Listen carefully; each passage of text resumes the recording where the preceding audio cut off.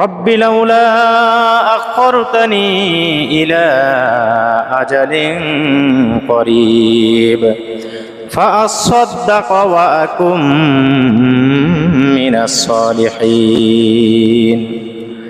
হে আমার রব, আপনি যদি আমাকে আরেকটু সময় দিতেন তাহলে আমি সদকা করতাম এবং সৎকর্মশীলদের অন্তর্ভুক্ত হতাম। আল্লাহ রাব্বুল আলামিনের কাছে পাপী বান্দা এভাবে আল্লাহ তাআলার কাছে আরজি করবে।